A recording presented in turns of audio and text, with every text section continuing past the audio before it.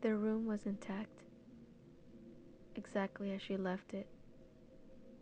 The walls were a dirty violet color, speckled so violently they were painful to touch. They had always been that way, right? Hundreds of jars stacked high against the walls were filled with translucent substances that cast shadows and colors that had not yet been named. She grabbed one of the jars and swirled it. She could not identify the liquid spinning inside the glass. Had she always had that jar?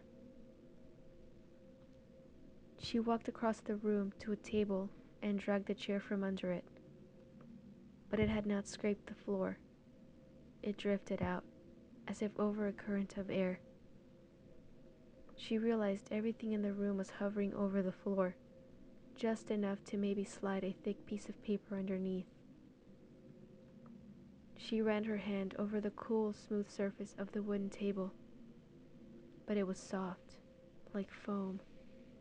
No, like gelatin. Her hands dug in and out of the wood. She couldn't remember if her table had always been that soft.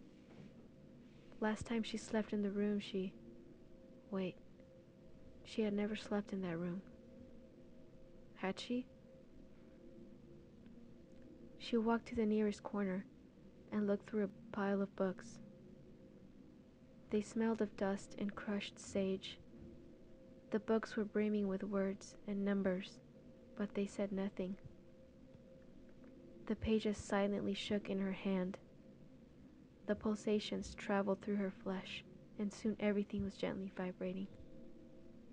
She realized then nothing was vibrating, because everything was vibrating in the same direction. In the room she had entered for 25 years, everything was exactly the same as she had left it, but nothing seemed familiar anymore. She looked down at her hands to count her fingers. There were 5.